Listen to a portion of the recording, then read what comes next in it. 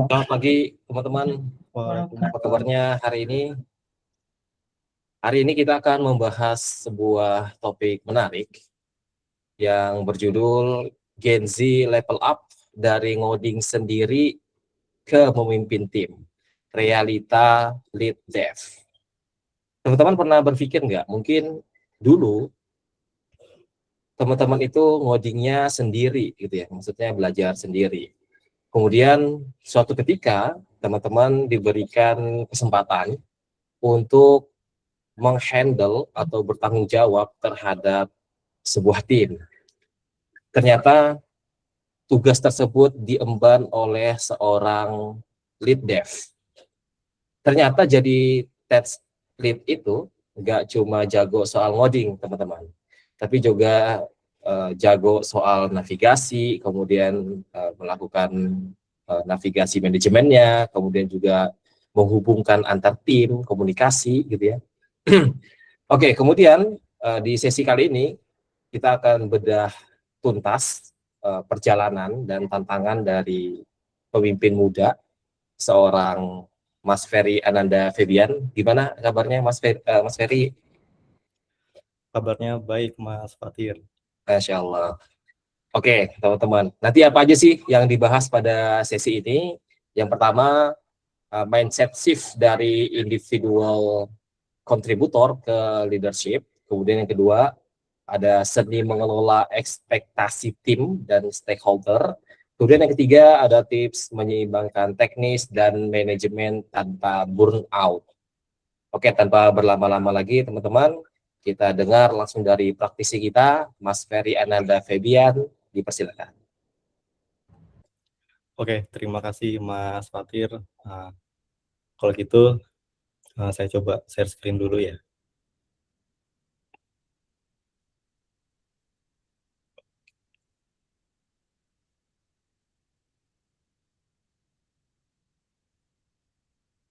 Oke, untuk share screen-nya udah kelihatan ya, Mas ya? Oke, terlihat jelas Mas Ferry. Oke, kalau gitu boleh saya mulai ya, Mas Fatir ya? Oke, dipersilakan Mas Ferry. Oke, teman-teman. Assalamualaikum warahmatullahi wabarakatuh. Selamat pagi semuanya. Sebelum kita mulai, izinkan saya memperkenalkan diri ya. Perkenalkan, nama saya Ferry Ananda Febian. Saat ini sebagai technical lead di salah satu perusahaan startup di Balikpapan yang fokusnya itu di fleet management system. Nah, mungkin untuk perkenalannya singkat seperti itu ya. Nah, kita mulai masuk ke topiknya nih. Di sini kan tertulis Gen Z level up. Nah, tapi sebelum kita masuk ke materinya, aku mau tahu dulu teman-teman di sini yang Gen Z mungkin boleh angkat tangan ya. Gen Z itu rentangnya berapa ya? Rentang Gen Z ya? Aku lupa deh. 97 sampai 2010, 97 Mas. sampai 2010, 2012 gitu ya. Coba lihat dulu. Ya. Wah, banyak juga nih. 6. Berarti yang nggak angkat tangan bukan Gen Z ya? Oke, Gen Z. Gen Z.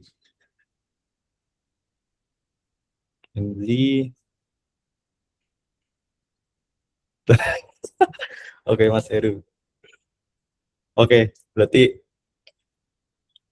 ada banyak Gen Z di sini ya. Oke, ini mungkin topiknya sedikit berbeda dari webinar-webinar sebelumnya ya. Kalau ini lebih ke lebih ke manajemen gitu ya. Oke, kita masuk ke materinya, Gen Z level up dari ngoding sendiri ke memimpin tim. Nah, tadi kita sudah coba melihat sekilas ada berapa orang yang kategorinya sebagai Gen Z di sini, yaitu lahiran antara tahun 97 sampai 2010 atau 2012. Nah, sebelum kita masuk lagi, di sini ada dari ngoding sendiri ke memimpin tim.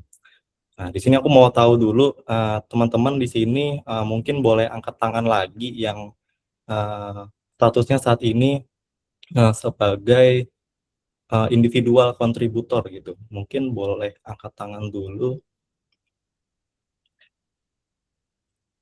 yang nggak angkat tangan berarti dia bukan memanage orang gitu ya. Banyak juga nih.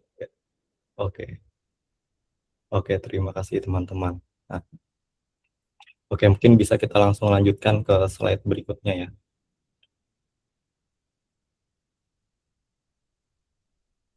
Oke, saya coba ceritain sedikit dulu versus sekarang ya.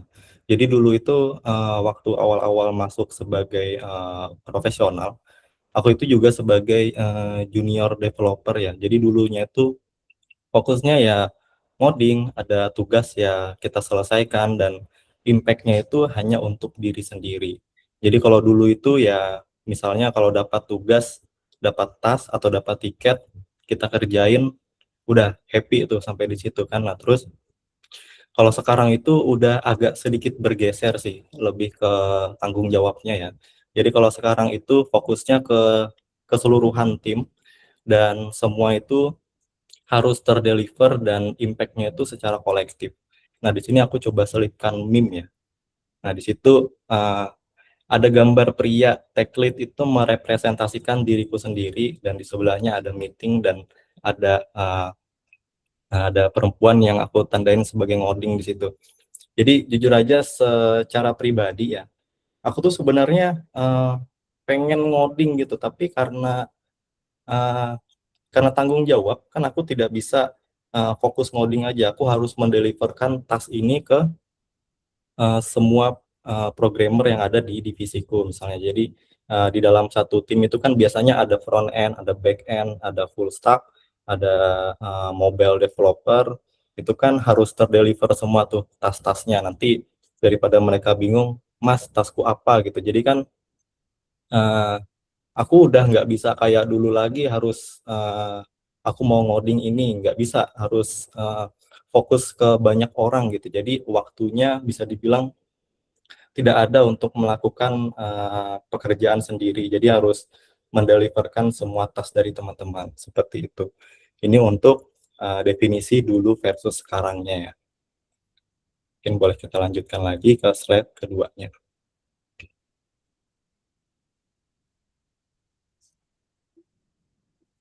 Oke, untuk slide keduanya di sini judulnya Journey dan Reality ya. Jadi kalau untuk journey aku sendiri ya, uh, apa ya sebutannya, seperti orang pada umumnya aja. Jadi waktu awal masuk itu ya junior, di situ aku belajar dan mengeksekusi beberapa tas-tas yang diberikan oleh seniorku atau mungkin dari tech lead-nya. Jadi uh, waktu junior ya fokusnya belajar dan menyelesaikan tas, udah gitu aja. Jadi kalau misalnya dapat tas ya dikerjain, kalau misalnya ada kesulitan ya tinggal pairing dengan seniornya kayak gitu. Terus naik lagi tingkatnya ke mid level nih. Kalau mid level ini kita udah punya level di ownership task ya. Jadi di level mid ini kita itu punya kepemilikan terhadap suatu task seperti itu. Jadi agak naik sedikit. Nah, terus di poin ketiganya udah agak beda nih tanggung jawabnya di situ sebagai mentor dan juga arsitek. Biasanya sih kalau sebagai senior itu ya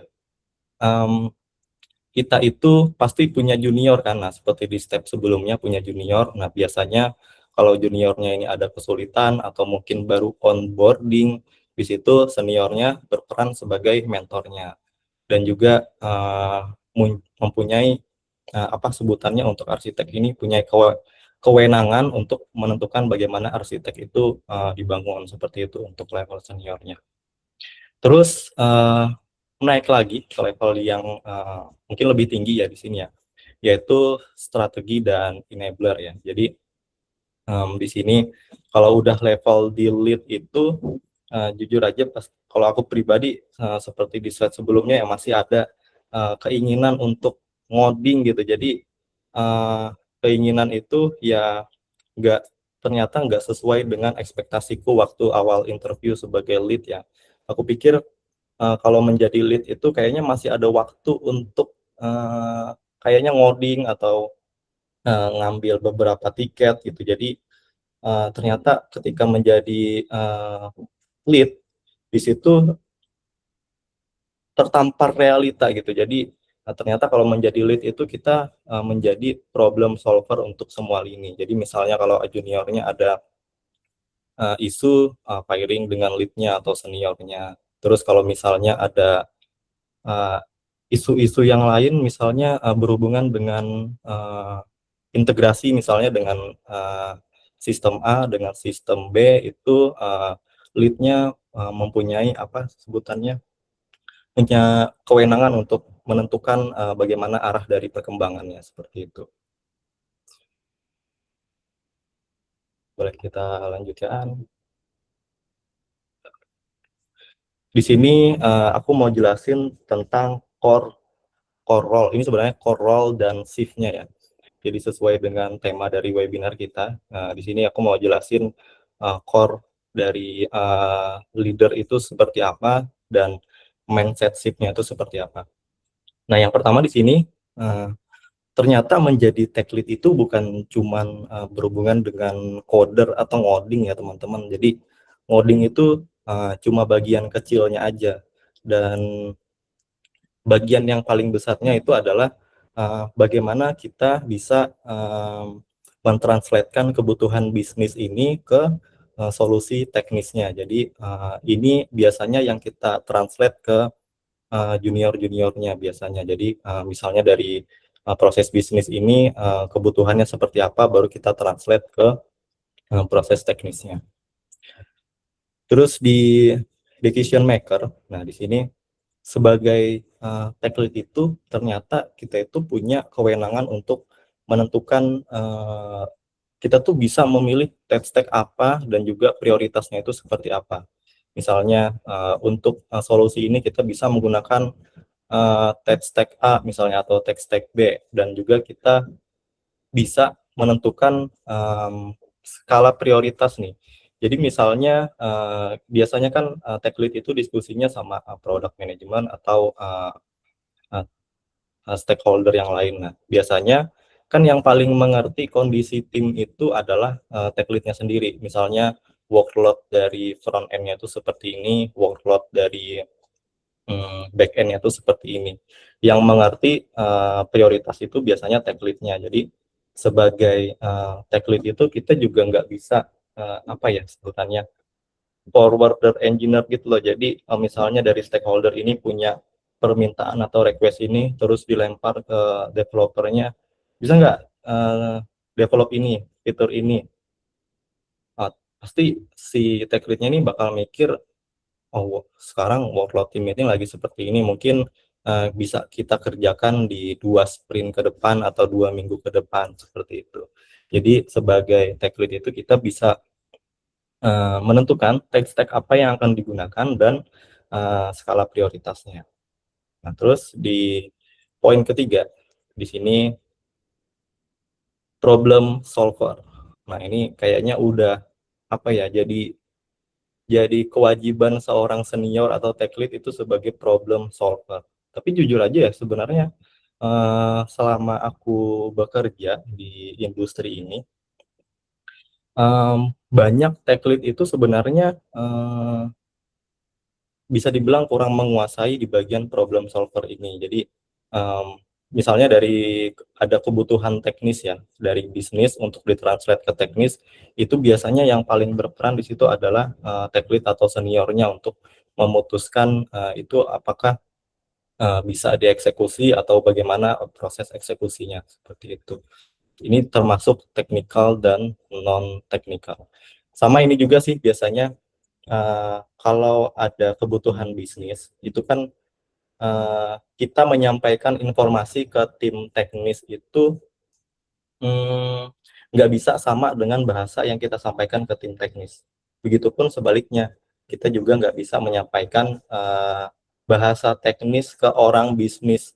Mereka pasti nggak bakal mengerti gitu.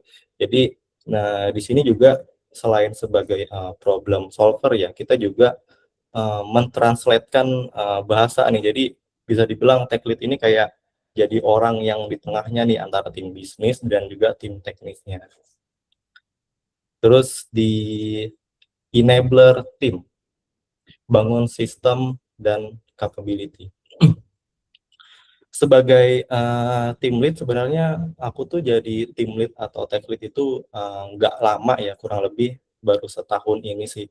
Dan tantangannya itu waktu di awal itu bagaimana caranya membangun trust antar tim nih.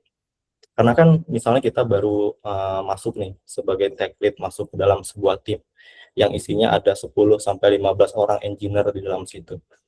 Pasti hal yang pertama yang dilakukan adalah bagaimana caranya kita membangun trust sesama engineer ini gitu, supaya sistem yang dibangun ini apa sebutannya stabil gitu, sesuai dengan ekspektasi dari manajemen. Terus juga di sini ada capability ya, seorang technical engineer itu pastinya mempunyai kapabilitas untuk ada di posisi itu. Kita lanjutkan.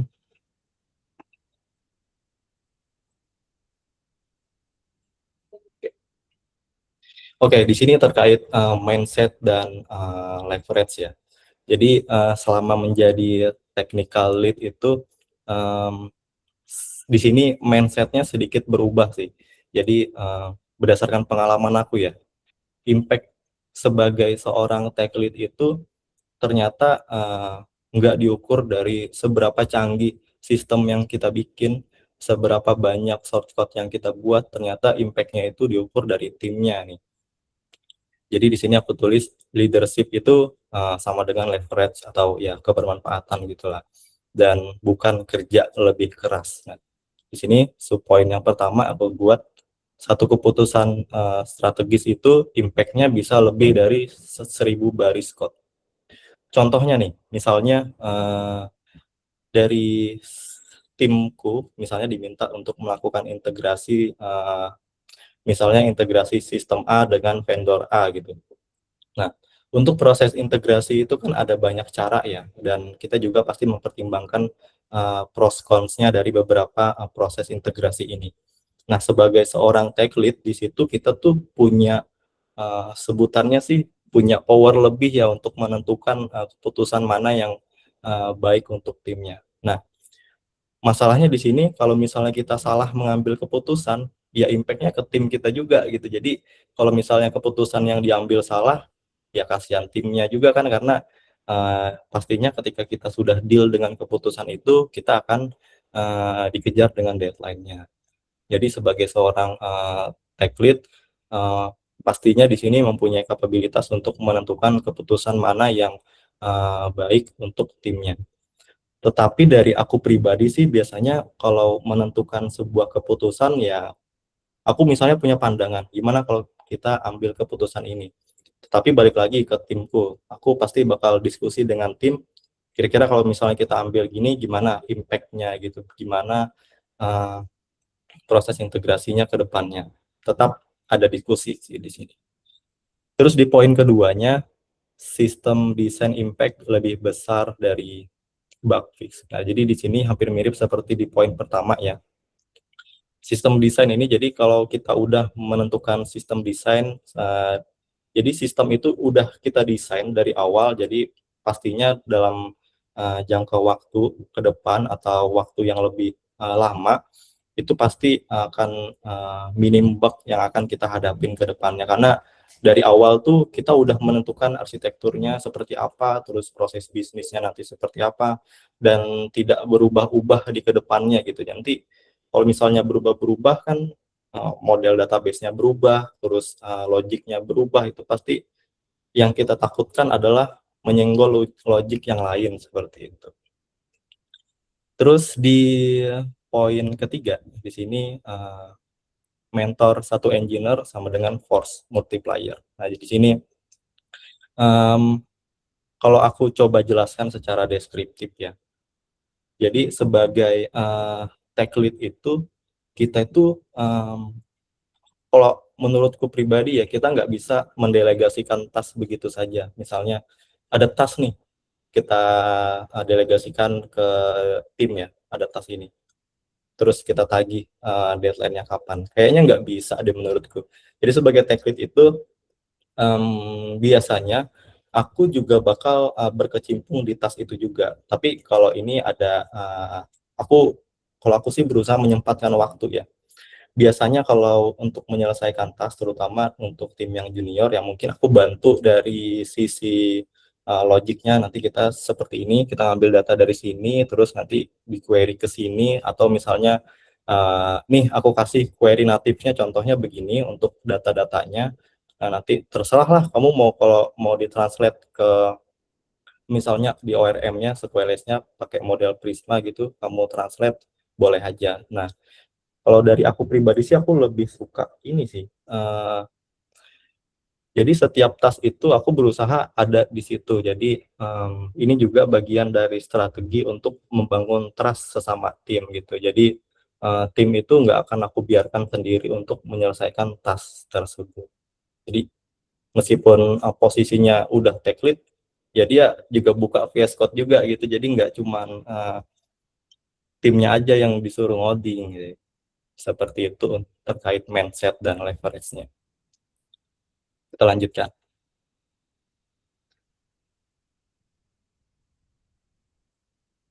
Common mistake. Di sini ada beberapa kekeliruan ya mungkin yang sudah terjadi. Yang pertama adalah micromanage atau takut delegasi atau kontrol detail. Nah, di sini kalau coba aku jelaskan ya. Sebagai engineer yang dulunya juga mungkin junior, mid, itu jujur saja dari aku pribadi, micromanage itu ya nggak enak gitu. Misalnya setiap 1 jam ditanyain progresnya gimana, terus nanti jam 11 ditanyain lagi progresnya gimana, jam 12 ditanyain progresnya gimana. Nanya-nanya progres aja nih tech lead, bantuin enggak, kan kayak gitu ya. Mungkin di dalam hati dari si engineer-nya gitu. Nah, tetapi di sini dari aku pribadi sih punya strategi gimana caranya supaya nggak ada konotasi micromanage di sini. Yang pertama adalah aku belajar untuk tidak takut mendelegasi. Jadi misalnya dari manajemen atau dari project manager itu udah ada list tas-tasnya kan. Biasanya udah dikasih nih objektifnya seperti apa, ekspektasinya seperti apa. Nanti aku yang translate menjadi tiket Jira atau dibantu dari project management untuk buatkan tiket Jiranya. Nah, yang paling berperan untuk melakukan delegasi itu kan biasanya si tech lead-nya nih. Nah, tech lead-nya ini melakukan delegasi, kalau misalnya takut mendelegasikan ya otomatis tim itu jadi apa ya sebutannya tidak produktif kan. Jadi yang bakal dinilai jelek juga timnya juga karena dinilai tidak produktif, dan tech lead-nya yang mungkin akan dinilai tidak komunikatif seperti itu. Dan juga di sini ada terkait kontrol detail ya. Misalnya sebagai junior juga aku dulu agak kesel sih, misalnya hal-hal yang detail itu dimintain juga tuh kontrolnya, misalnya bisa nggak ini button ini dipindahin ke sini, layoutnya dibikin seperti ini, bisa nggak gitu. Lah, kan di tiketnya udah dijelasin semuanya, nggak ada permintaan seperti itu, kenapa tiba-tiba berubah gitu. Nah, jadi sebagai tech lead sih terkait kontrol detail ini aku lebih apa ya, lebih ke minta pendapat juga ke juniornya. Jadi nggak berdasarkan egoku pribadi untuk menentukan bagaimana suatu detail itu dibuat gitu. Jadi tetap minta feedback juga dari mereka, kita membangun diskusi gimana enaknya, gimana baiknya seperti itu. Selanjutnya di top contributor code. Nah, kalau aku pribadi sih meskipun sudah menjadi team lead ataupun tech lead, jujur saja masih ingin jadi coder sih, pengen ngoding. Kenapa ya? Misalnya ada 10 task nih diberikan dari project management atau stakeholder. Dan kalau aku pribadi sih pengen ngoding gitu. Misalnya dari 10 itu aku lihat 2 sama 3-nya ini kayaknya aku bisa deh. Nah, tapi di sini juga aku belajar kalau misalnya task ini nggak aku delegasikan ke tim, ya tim jadi low banget nih, nggak ada tasnya gitu. Oh iya, kalau aku mungkin ada sedikit pertanyaan sih, mungkin boleh dijawab di kolom komentar ya teman-teman. Nah, ini pertanyaanku kayak gini sih, kalau misalnya sebuah task itu selesai, apakah dikatakan sukses kalau tas itu selesai tetapi tidak dikerjakan oleh apa ya sebutannya, tas itu selesai tetapi timnya ini lagi nggak kerja nih, tapi maksudnya misalnya ada 3 orang front end nih, 2 orangnya kerja, satunya nggak kerja, tetapi delegasinya berhasil gitu, maksudnya terdeliver, tetapi 2 orang kerja, 1 orangnya ini nggak kerja. Apakah itu dikatakan sukses atau gagal gitu? Soalnya 2 orang front end-nya kerja, tapi satunya nggak kerja nih.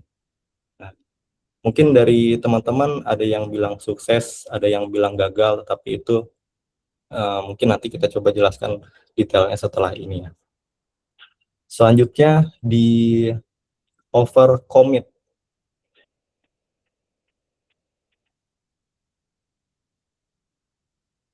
Oke, nanti ya Mas Heru. Oke, mantap Mas Heru. Selanjutnya di overcommit. Kalau di tempatku ya kan lumayan ini sih kalau transisi kalau selama aku bekerja sudah menghadapi 2 orang pimpinan gitu. Setiap pimpinan itu kan punya karakter yang berbeda-beda. Nah, kalau aku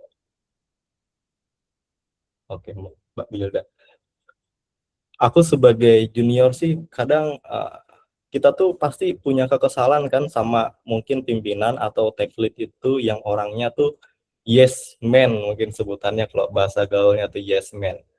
Apa nih tech lead diiyain aja semua request, kita sini pusing juga nih handle-nya kayak gimana. Nah, dari sini aku belajar untuk bilang enggak ke request. Jadi cara kita bilang enggak juga itu harus dijawab secara logis ya. Misalnya request ini nggak bisa kita terima soalnya kita juga nggak bisa ngomong tim workload-nya seperti ini gitu ya. Jadi kita harus biasanya jawabnya itu tuh sesuai dengan kebutuhan bisnisnya sih. Misalnya request ini nggak bisa kita terima dulu soalnya kalau kita terima apa sebutannya, aduh aku lupa, kita nggak bisa terima semua request misalnya karena ada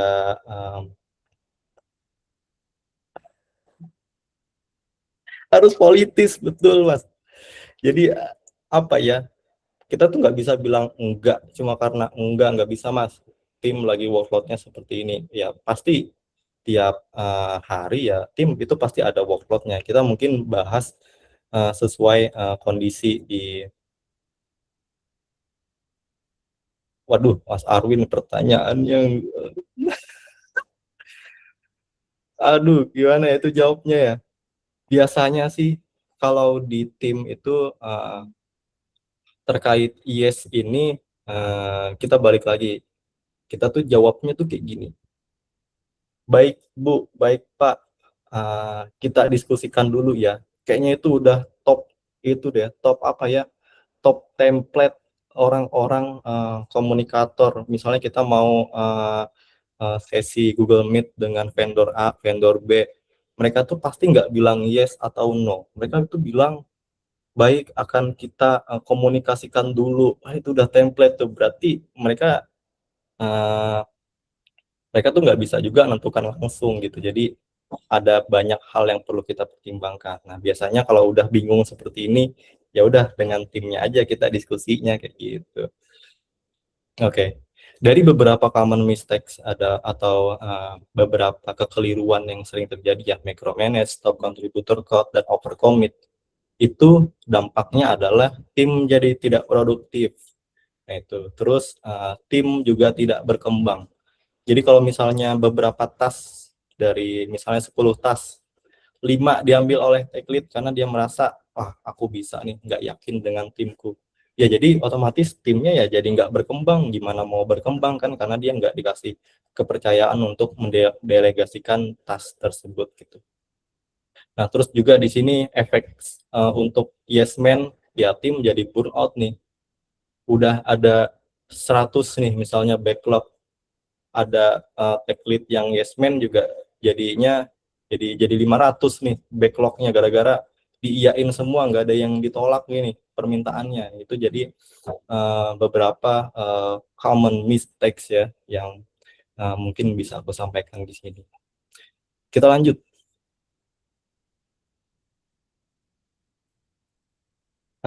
Di sini real problem. Sebagai tech lead sudah aku jelaskan ya beberapa role yang sudah aku sampaikan tadi dan juga beberapa ekspektasiku juga yang sudah aku sampaikan. Nah, tetapi di samping itu ternyata ada job desk lain nih dari seorang tech lead. Yang pertama itu adalah konflik di dalam tim. Yang sering berkonflik terutama untuk tim engineer itu ya biasanya itu front end. Front end itu sering konflik sama back end terkait respon. Terus front end itu juga sering konflik sama UI UX. Ini Mas, kenapa warnanya kok kayak gini? Kenapa layoutnya kayak gini? Betul Mas, front end juga sering ribut sama QA ini. Itu, aduh, kenapa ya ini? Kayaknya front end itu posisi orang yang punya level kesabaran yang harus tinggi sih. Soalnya kalau nggak tinggi levelnya, level kesabarannya bakal gelut terus sih itu kayaknya. Mobile kayaknya masuk kategori front end deh. Soalnya kan menerima respon dari back end kan. Nah, kalau misalnya sudah terjadi konflik kayak gitu kan, uh, ya harus ada yang menengahin itu. Kalau tim yang lain kayaknya misalnya yang konflik back end dengan front end, ya QA nggak mau peduli gitu, kayak aku nggak mau ikut-ikutan konflik itu. Yang mau nggak mau yang harus terjun di situ yaitu tech lead-nya supaya ya balik lagi seperti di slide sebelumnya supaya timnya ini solid dan kompak gitu. Jadi harus solid supaya komunikasi antar timnya itu terjalin. Terus di poin keduanya deadline versus kualitas nih. Seperti di slide sebelumnya ya, jadi terkait deadline dan versus kualitas ini cukup sering terjadi ya. Misalnya dari stakeholder atau misalnya dari manajemen itu minta kita untuk deploy fitur ini selama 1 sprint atau 2 minggu gitu. Tetapi kita juga dikasih beberapa tas-tas lain gitu, jadi otomatis kayaknya tim ini overload deh. Tetapi kalau misalnya kita paksakan ini di deploy, ini akan bermasalah dengan kualitasnya nih, nanti beririsan dengan kualitas, terus mungkin nanti ada technical debt atau utang teknis di masa depan yang akan terjadi gitu. Nah, kita kan sebagai tech lead itu otomatis berpikir kita tuh mau yang terbaik untuk fitur dan juga mau yang terbaik untuk timnya. Jadi di sini kadang uh, dilema ya sebagai seorang tech lead. Aduh, gimana sih caranya supaya kita bisa deploy fitur itu tepat waktu dengan kualitas yang baik, tapi tim juga nggak hampir mati gitu untuk develop fitur itu. Jadi ini adalah apa ya, suatu problem atau dilema sebagai seorang tech lead sih. Mungkin itu urusannya bagaimana si tech lead-nya lagi kembali untuk melakukan negosiasi terkait deadline-nya sih biasanya. Terus pressure dari stakeholder. Nah, di sini kan kalau misalnya kita udah menerima fitur ataupun permintaan dari stakeholder itu, kalau misalnya kita udah yain yes gitu, pasti yang ditagih adalah mana nih fiturnya, udah hampir 1 minggu lagi udah harus dideploy, progresnya udah sampai mana. Nah, yang di press itu pasti si tech lead-nya, karena ya stakeholder mana tahu front end-nya siapa yang ngerjain kan, mana tahu dia back end-nya siapa yang ngerjain ya, yang dia tahu dia delegasikan tas itu ke siapa, ya ke tech lead-nya, otomatis yang di pressure ya pasti tech lead-nya. Nah, ketika mendapatkan pressure dari stakeholder itu, kita juga nggak bisa lagi balik ke sifat forwarder itu. Misalnya, kita udah di press nih, kita harus selesaikan ini ke stakeholder. Ya nggak bisa juga. Kan yang paling tahu, balik lagi, yang paling tahu kondisi timnya itu ya tech lead-nya. Jadi dia harus tahu juga bagaimana progres dari task yang sudah didelegasikan itu. Misalnya, dia bisa menyampaikan nih. Nah, harusnya di sini tech lead itu sebagai komunikator ya. Misalnya jawabannya begini, baik Pak, Bu, untuk progresnya itu sudah 80%. Kita optimis bisa diselesaikan di minggu ini, dan itu udah include dengan testingnya juga, Bu. Jadi kita pastikan tasknya itu kita deliver dengan smooth gitu. Nah, kebanyakan yang sering terjadi untuk saat ini ya, yang aku lihat sih keluhan dari teman-teman tuh, pressure dari stakeholder tuh dilempar juga ke engineer gitu. Dilempar juga ke engineer, jadi engineer ini udah pusing ngerjain kan, udah gitu dapat pressure juga lagi dari stakeholder yang harusnya itu hanya diterima oleh tech lead-nya sendiri. Nah, jadi di sini juga kita belajar belajar untuk menyampaikan komunikasi yang efektif antara stakeholder dengan engineer, dan kita juga harus tahu ya seberapa jauh progres yang udah dikerjakan oleh dari engineer ini. Kalau kita tahu progresnya, kita juga pasti akan mendapatkan feedback, misalnya kita ada blocker di sini mas, gini gitu. Nah, kalau ada komunikasi seperti itu kan otomatis misalnya ada blocker atau isu itu bisa cepat terselesaikan gitu. Di sini aku kasih sub lagi ya. Problem non teknis ini sebagai seorang leader itu lebih dominan sih sebenarnya di sini. Jadi ya ada banyak hal lah yang perlu dihandle sebagai leader nih, konflik timnya, deadline versus kualitas, dan juga pressure dari stakeholder seperti itu. Sisa sedikit lagi. Nah, di sini kita akan jelaskan lagi terkait komunikasi dan ekspektasi. Mungkin di beberapa slide sebelumnya mungkin udah terpaparkan sedikit terkait komunikasi dan ekspektasi ya. Nah, di sini aku tambahkan, semua bisa, tapi ada trade-off. Komunikasi menentukan arah project, role sebagai translator, bisnis, tech, manage ekspektasi stakeholder, articulate trade-off dengan jelas, set priority dan scope. Nah, di sini cara kita sebagai leader itu berkomunikasi dengan stakeholder itu akan menentukan arah development dari tim. Seperti yang sebelumnya sempat kita jelaskan terkait commit itu ya. Jadi kalau misalnya leadernya ini cuma yes man aja, ya Pak bisa kita selesaikan, ya Bu bisa kita selesaikan.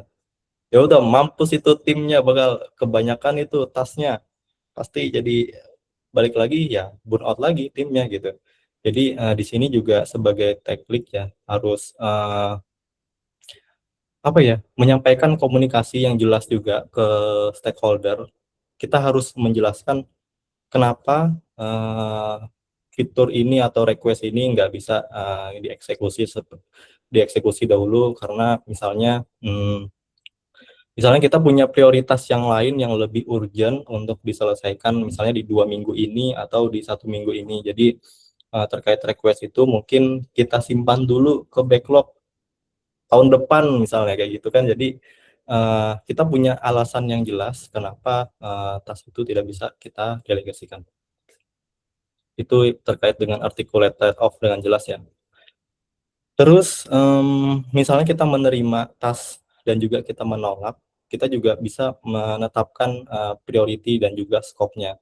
Nah, ini juga harus jelas ya. Misalnya ada task yang kita terima, ya pasti kita harus menentukan skala prioritasnya dan juga scope-nya itu seperti apa. Jadi supaya task itu ya ibaratnya nggak menguap, nggak cuma jadi pembicaraan aja, jadi semuanya itu perlu kejelasan gitu terkait priority dan juga scope-nya. Ntar aku minum dulu ya.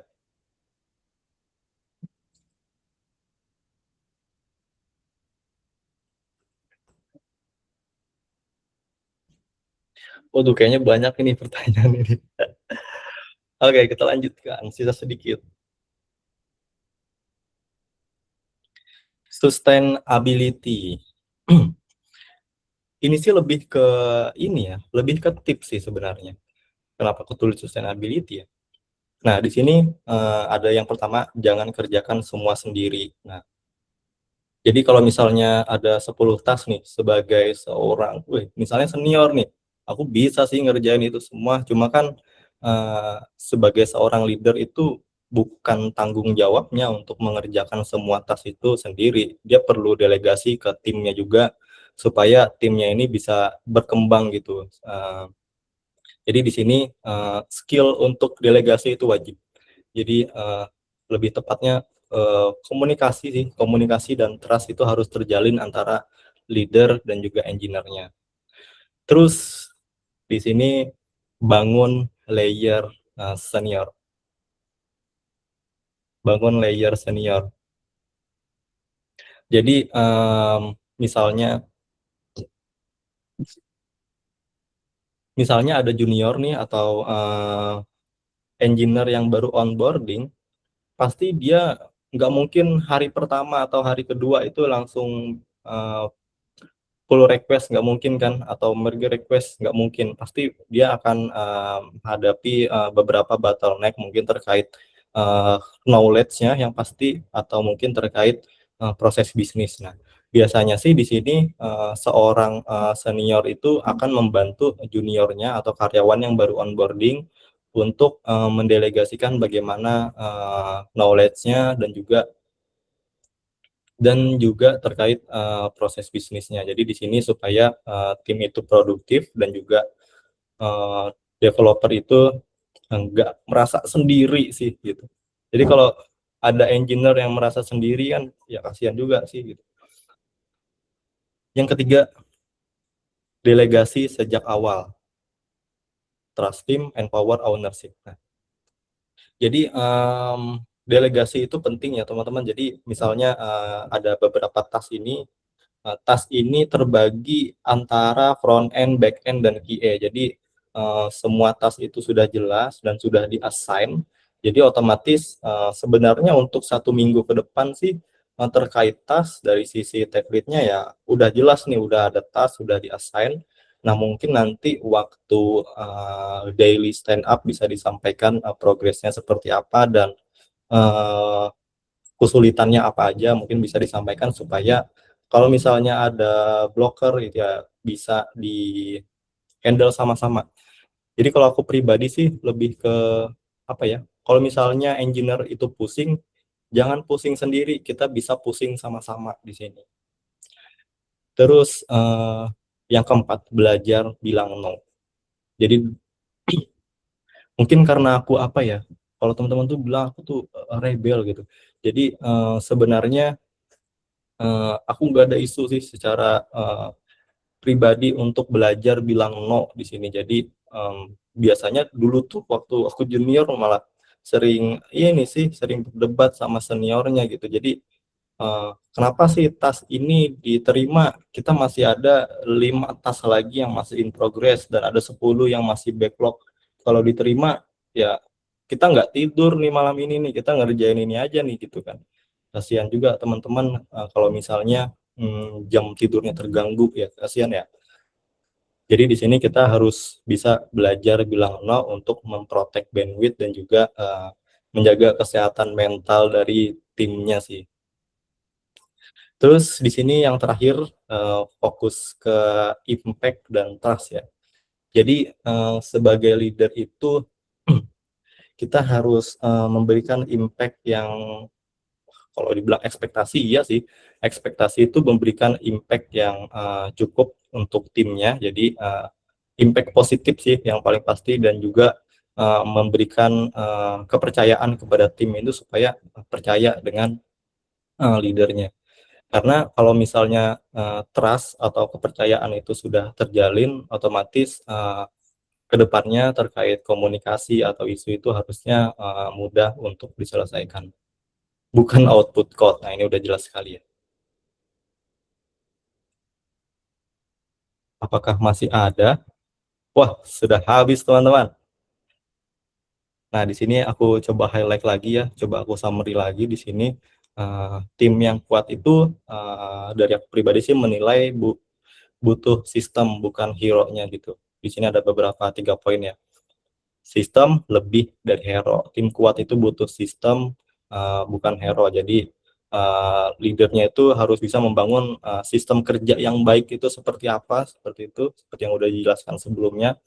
Dan juga level up di sini sama dengan mindset. Jadi naik level itu menurutku bukan cuma soal jabatan ya, tetapi cara berpikir gitu. Kalau dulunya fokus ngoding, fokus task, udah selesai, happy gitu kan, tinggal menunggu task-task yang lain. Kalau sekarang beda nih mindsetnya, lebih ke bagaimana semua tim ini bisa terdelegasikan semua tasknya dan juga bisa di-deliverkan ke stakeholder gitu. Impact leverage, satu keputusan lebih dari 1000 baris code. Ini seperti yang udah aku jelaskan di slide keberapa itu aku lupa. Jadi satu keputusan itu mungkin impact-nya lebih baik dari 1000 baris code, atau mungkin juga kalau keputusannya itu tidak baik, mungkin akan berimpact buruk ke timnya. Jadi leadership itu ya leverage untuk impact yang lebih besar atau memberikan manfaat yang lebih besar untuk timnya sih. Ini harusnya aku taruh di slide terakhir, malah di slide sebelahnya nih. Mas Ali, aku nggak tahu kenapa di Gamma nggak bisa paste ini ya, QR code ya. Jadi aku paste linknya tadi. Oke, siap-siap. Oke, mungkin seperti itu teman-teman, saya kembalikan ke host ya. Baik, terima kasih Mas Ferry atas paparannya hari ini. Sangat daging ya. Mungkin teman-teman juga yang lain punya realita yang sama gitu ya. Oke, tanpa mungkin nggak perlu saya simpulkan ya. Tadi sudah disimpulkan oleh Mas Ferry sendiri. Oke, saya berikan kesempatan kepada teman-teman yang ingin bertanya selain di chat ya. Mungkin bisa yang raise hand dulu, 3 orang pertama. Dipersilahkan yang ingin bertanya. Oke, Mas Heru Utomo, silakan. Halo, oke. Makasih Mas Ferry, ini pemaparannya bagus. Tadi saya udah naruh pertanyaan sih di chat, mungkin agak tenggelam. Nah, jadi ada 2 pertanyaan ini. Jadi menurut kesehariannya Mas Ferry ini jadi lead kan. Nah, itu kalau planning baru itu gimana prosesnya? Jadi apakah ada RFC dulu atau semacamnya, jadi diskusi dengan tim, lalu siapa yang bertanggung jawab buat bikin desain sistem tersebut? Apakah harus lead atau ada kontribusi dari tim yang lain? Terus yang kedua, ini lead kan tidak hanya bertanggung jawab sebagai sistem ya, tapi juga kepada individual tim dari yang ada di dalam timnya ya. Nah, kadang-kadang individual itu ada yang berbeda, ada yang lebih dari yang lainnya, ada yang lebih kurang dari yang lainnya gitu kan. Nah, Ya, terus benar. bagaimana Mas menyikapi kondisi tersebut? Terus gimana supaya individual tadi yang tertinggal itu bisa menyamakan posisinya dengan yang lainnya gitu sih. Terima kasih. Oke, mau dijawab dulu atau di hold dulu, Mas Ferry? Boleh dijawab dulu deh kayaknya. Oke, Boleh. silakan. Oke, silakan Mas Ferry. Oke, terima kasih Mas Heru. Yang pertama itu kan terkait bagaimana planning sebuah integrasi ide baru, apakah ada proses RFC atau semacamnya, lalu siapa yang bertanggung jawab atas desain sistem tersebut. Sesuai yang saya alami ya sih Mas Heru. Jadi kalau misalnya ada proses integrasi nih, biasanya kita bakal diskusi dulu antara misalnya kita mau integrasi dengan vendor A dan integrasi dengan sistem yang kita develop di tim ini ya. Jadi sih biasanya ya kita ketemu nih, biasanya di Google Meet kita ketemu, kita diskusikan dulu gimana proses integrasi ini baiknya. Jadi harapannya kalau misalnya kita diskusi ke depannya, kita tidak akan bentrok tuh terkait ide bagaimana kita proses integrasinya. Jadi benar Mas, di sini ada proses RFC-nya sih biasanya. Dan siapa yang bertanggung jawab di sini? Kalau untuk bertanggung jawab sih sesuai ini ya, misalnya itu berhubungan dengan biasanya karena di tim itu ada beberapa backend misalnya, jadi ditunjuk satu orang sebagai ownership dari proses integrasi itu sih Mas. Seperti itu. Boleh aku lanjut ke Ya, lanjut. nomor 2 ya Mas, terkait kemampuan individual nih.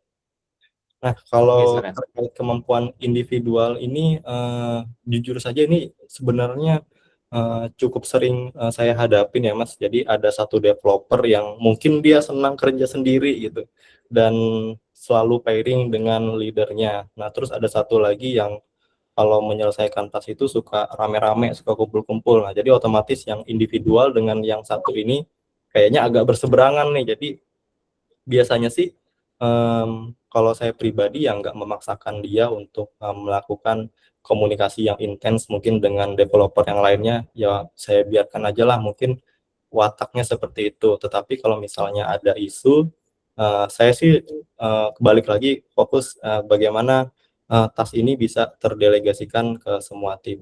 Nah, tetapi kalau misalnya ada satu case yang si engineer yang individual ini harus berkomunikasi dengan tim yang lain, ya udah saya set war room aja nih, langsung berdua berhadapan di situ. Gitu sih Mas. Disambung ya. Disambung Mas. Oke, oke. Sip, Oke, makasih lanjut Mas. Mas. Ya. Sama-sama Mas Heru. Oke, selanjutnya ada yang ingin ditanyakan lagi teman-teman? Tadi kayaknya ada tanda tangan, ada yang angkat tangan tadi. Oh, ya, Mas Muhammad Gafriel. Langsung Mas Jadi, Gabriel. Mas, Ya. ya, Halo, oke, tes silakan. tes suara saya kedengaran Mas ya? Jelas Mas. Oke, ini sih Mas mau nanya. Jadi dari pengalaman kan sempat ada jadi jail tim juga gitu Mas. Nah, itu saya sebagai back end, tapi ada juga itu teman saya yang back end Mas. Nah, tapi gimana ya? Cara menghadapin orang yang apa ya istilahnya egonya tinggi gitu Mas. Jadi sebenarnya nih orang pintar gitu, technical skillnya bagus tinggi, tapi entah kenapa selalu nyusahin front end-nya gitu. Jadi kayak kita di tim tuh kayak di pairing front end back end UX, front end back end UX gitu. Jadi si back end yang satu ini dia tasknya selalu cepat selesai, selalu banyak ngambil task, tapi ternyata trade off-nya adalah ketika dia ngebikin fitur di back end dia nggak ada ngeproses data sama sekali. Jadi apa yang ditarik dari database itu langsung dikirim ke front end gitu. Jadi di sini front end-nya juga kelelahan gitu dari situ. Dan ketika dihadapkan bahkan sama Scrum Master-nya terus-terusan ngebela diri gitu, terus-terusan ya akhirnya kita yang kesusahan gitu kan. Akhirnya front end-nya dia juga minta tolong ke saya untuk task-nya kayak di rebuild gitu, diam-diam gitu. Dan apa ya PO product owner-nya Scrum Master-nya juga setuju dengan gitu. Jadi kayak akhirnya saya sendiri yang kewalahan kemarin seperti itu. Itu cara ngehadapin orangnya yang seperti itu gimana Mas ya? Sama mungkin satu lagi pertanyaannya kalau boleh, kan dari pengalaman saya yang begitu kayak saya bisa ngelihat kalau sebagai leader, tim leader gitu atau technical lead pasti kan akan selalu berhadapan dengan orang yang beda-beda juga. Akhirnya saya mikir gitu kayaknya better untuk tingkatin technical skill setinggi-tingginya dulu. Jadi kalau misalnya suatu saat pengen jadi leader, bisa ngelawan orang dengan jawaban yang teknikal gitu juga gitu. Dan pengen puasin diri juga di ngerjain task teknikal gitu. Jadi mungkin pertanyaannya lebih ke apa sih keputusannya Mas Ferry ketika memutuskan oke, yaudah saya mau gitu diangkat jadi technical leader gitu. Oke Mas. Oke Mas Gabriel, saya langsung jawab ya. Yang pertama, cara ngadepin engineer yang ego tadi ya. Sebenarnya kalau dari aku kan terkait task itu udah jelas ya delegasinya udah jelas, dan juga objektifnya itu udah jelas. Jadi misalnya apa yang dihandle sama si back end-nya ini harusnya sudah ada checklistnya dari tiketnya itu. Nanti tim lead-nya kan juga bisa ngecek tuh dari udah jelas nih, udah sesuai. Nah, jadi otomatis harusnya sudah tidak ada konflik antara back end dengan front end-nya, karena objektif dan juga ekspektasinya itu udah jelas. Nah, terus kalau misalnya masih terjadi masalah ya dengan itu, mungkin itu udah di ranah manajemen ya. Jadi itu mungkin akan berpengaruh ke KPI dari engineer-nya ya. Jadi kalau misalnya secara kolaborasi ya seperti itu kan nggak mengenakan sekali. Nah, itu mungkin udah di ranah manajemen atau mungkin kita bisa adukan ke HR sih, jadi kayak gitu. Nah, terus kayaknya tadi ada satu pertanyaan lagi terkait alasan ingin menjadi leader ya. Kalau alasan ingin menjadi leader sih dari aku sendiri, iseng-iseng aja sih sebenarnya. Jadi waktu itu kan ada apa ya? Ada loker dibuka kan. Di perusahaanku tuh buka loker, dia buka jadi job street. Udah aku apply di situ. Terus kayaknya 3 hari atau 5 hari gitu dihubungin, terus di interview tuh. Nah mungkin aku nggak tahu apa alasannya. Mungkin perusahaan menilai, wah ternyata kita punya developer ini, dan mungkin ada penilaian sendiri kenapa saya dilanjutkan untuk proses interview dan lanjut ke sekarang sih, sampai sekarang seperti itu. Mungkin kalau dari pribadi yang nggak ada alasan kayak gimana pengen jadi leader sih. Tetapi untuk hal yang teknis, misalnya ada diskusi teknis ya, karena aku juga backgroundnya sebagai engineer ya, syukurnya sih ya kita bisa diskusi yang nyambung di situ antara engineer dan juga tim teknisnya, dan juga dari situ juga belajar untuk komunikasi dengan tim bisnis juga, karena kan tim bisnis yang nggak bisa kita jejali dengan istilah-istilah yang ada di teknis kita gitu, perlu ditranslate lagi ke bahasa tim bisnisnya, begitu juga sebaliknya dari tim bisnis ke tim teknisnya. Seperti itu Mas Gabriel. Oke Mas, menjawab Mas. Terima kasih banyak.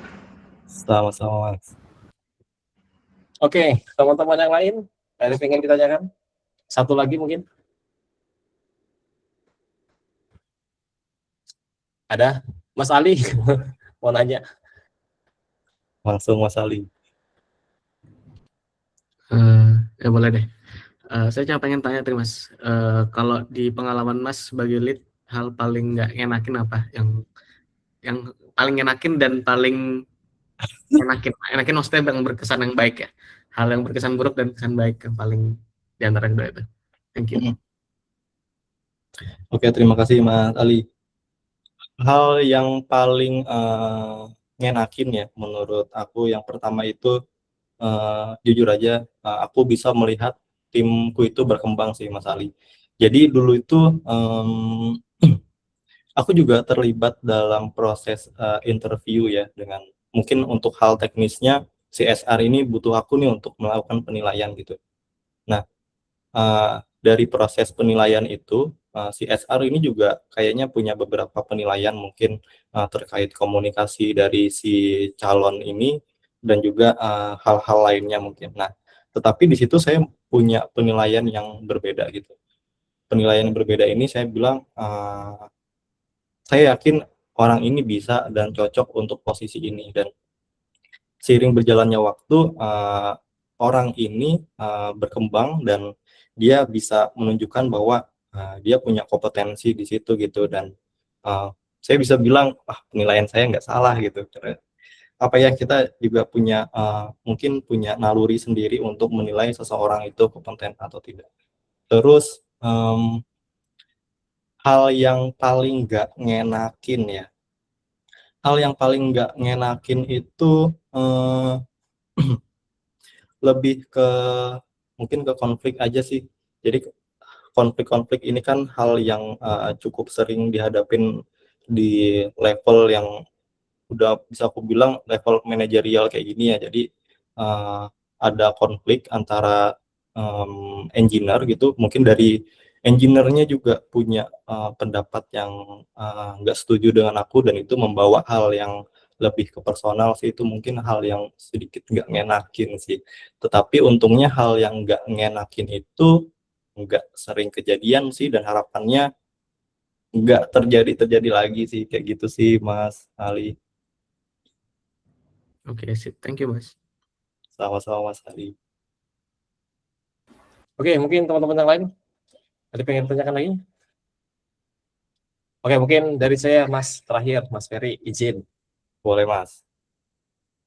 Oke, jadi sebenarnya kasus yang Mas Ferry hadapi itu mungkin pernah terjadi juga di saya gitu. Jadi misalnya kalau kami kan biasanya sistemnya kan per tahun ya. Jadi dalam 1 tahun itu diminta membuat beberapa aplikasi lah berdasarkan dari divisi lain ya. Kemudian dikumpulkan di dalam sebuah yang namanya itu RKAT, jadi rencana anggaran tahunan gitu. Nah, itu ada beberapa aplikasi yang perlu kita buat. Nah, kalau kami biasanya itu menentukan yang mana yang prioritas kan ya, itu 3, 4, 5. Nah, tapi ternyata dari tim dari divisi lain itu mereka pengen duluan nih, saya duluan, saya pengennya duluan. Nah, kayak gitulah intinya ya. Nah, yang pertama, apa yang Mas Ferry lakukan, apa yang harus saya lakukan ketika menghadapi kondisi tersebut. Jadi semuanya pingin duluan lah kayak gitu. Nah, kemudian yang kedua, bagaimana kita, apakah seorang technical lead tadi itu dia yang menentukan teknologi apa yang digunakan. Jadi misalnya anggaplah tadi Mas Ferry memberikan contoh itu ingin integrasi dari aplikasi A, kemudian aplikasi B gitu ya. Aplikasi A itu di luar dari sistem kita, kemudian aplikasi B ini bagian dari sistem kita. Nah, anggaplah misalnya kita pengen integrasi nih antara dua sistem ini. Kan ada banyak caranya ya. Mungkin aja kalau kami biasanya sebutnya, mungkin bisa pakai socket gitu ya, atau mungkin bisa pakai REST API biasa, kemudian bisa pakai CDC, dan lain-lain. Nah, itu gimana Mas Ferry mengambil keputusan apakah menggunakan socket atau menggunakan REST API, apakah menggunakan CDC, itu gimana cara agar satu tim itu setuju bahwa ini yang bagus gitu. Mungkin saja dari saya Mas Ferry. Terima kasih. Oke, terima kasih Mas Fatir. Mantap pertanyaannya. Kamu mau jawab yang pertama dulu. Jadi kalau misalnya kita diminta untuk, misalnya dalam 1 tahun kita diminta untuk develop 5 aplikasi. Nah, di situ kan kita bisa menentukan mana skala yang bisa kita prioritaskan lebih dahulu. Nah, tetapi ada masukan juga, misalnya dari divisi atau departemen lain yang minta aplikasinya itu di-develop duluan. Nah, balik lagi sih sebenarnya kita itu sebagai engineer kan punya hak untuk menentukan mana yang mau kita develop dulu gitu. Kalau bahasanya sih ya kayak ya suka-suka aku mau yang mana dulu nih yang mau aku kerjain, tapi kita juga bisa balik lagi lihat dari sisi kompleksitasnya. Mungkin dari tim itu maunya ngerjain yang nggak terlalu kompleks dulu deh, misalnya dari divisi A ini nggak terlalu kompleks, udah kita kerjain dulu yang ini. Nah, tapi kan kita juga balik lagi mengambil kalau bisa sih diskusi juga bareng timnya ya. Teman-teman, kita ada request tahun ini misalnya ada 5 aplikasi yang mau kita bangun. Aplikasi A ini kayak gini, kita jelasin strukturnya semuanya kita jelasin. Nah, nanti kan dari teman-teman juga punya gambaran tuh. Kayaknya yang A ini bisa kita kerjakan duluan kayak gitu. Jadi misalnya kita udah nentuin skala prioritasnya, aplikasi mana aja yang mau kita kerjakan. Nah, nanti dari situ untuk yang aplikasinya belakangan itu kita harus jelasin juga ke mereka kenapanya aplikasinya kita taruh di urutan ketiga atau kita taruh di urutan kelima, seperti itu Mas Fatir. Terus di poin kedua tadi untuk penentuan arsitektur ya. Jadi benar sebagai leader itu pasti punya apa ya sebutannya, dia itu punya power sendiri untuk menentukan arsitektur itu. Tetapi meskipun dia punya apa sih sebutannya, privilege untuk menentukan arsitektur apa yang mau dipakai, tetapi yang enggak serta-merta juga dia bisa menentukan sesuai egonya sendiri sih. Bisa saja balik lagi, kalau aku sih senangnya diskusi sama teman-teman dulu sih kalau mau ngambil keputusan itu. Misalnya penentuan arsitektur itu kan hal yang apa ya, hal yang nggak bisa sembarangan ditentuin deh. Jadi misalnya di dalam tim itu ada 5 engineer, ada 5 orang back end, ada 1 orang DevOps gitu ya, kita bisa diskusi dulu nih kenapa kita harus mengambil TED Stack ini dan bagaimana impact-nya gitu. Jadi kita udah sepakat nih kayak demokratis gitu sih Mas Fatir. Mungkin begitu untuk jawaban 1 dan 2-nya Mas. Oke, terima kasih Mas Ferry atas tanggapannya. Oke, teman-teman, mungkin ini akhir dari sesi kita. Saya ucapkan terima kasih kepada Mas Ferry udah bersedia hadir dan mengisi materi kita hari ini di tema Gen Z Level Up.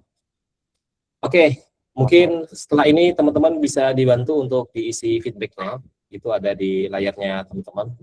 Ada barcode, mungkin bisa di-scan sebentar, kemudian diberikan feedbacknya mengenai acara kita hari ini, agar kedepannya kita bisa memperbaiki atau memberikan yang lebih baik lagi acara-acara kita selanjutnya.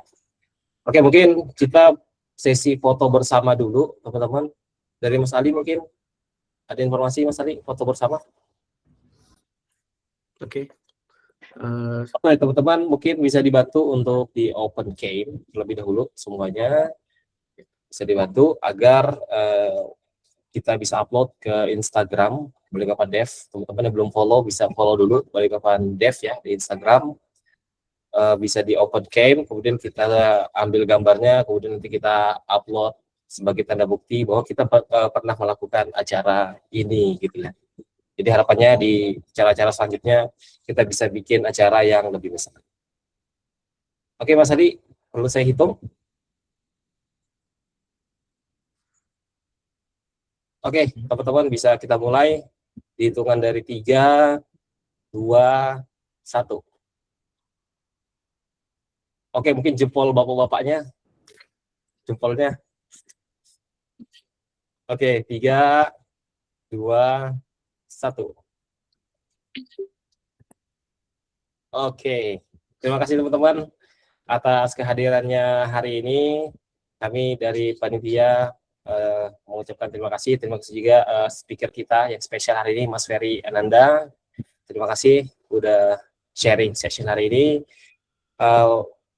Oleh karena itu, ini udah akhir dari acara kita teman-teman. Kita tutup sesi kita hari ini. Teman-teman bisa pantau lagi event-event kita selanjutnya di grup ya. Akan ada event-event selanjutnya. Oke, terima kasih teman-teman sudah hadir. Kita tutup acara kita hari ini dengan mengucapkan alhamdulillah. Alhamdulillah. Alhamdulillah. Oke, teman-teman kita tutup. Assalamualaikum warahmatullahi wabarakatuh. Waalaikumsalam. Waalaikumsalam. Waalaikumsalam warahmatullahi wabarakatuh.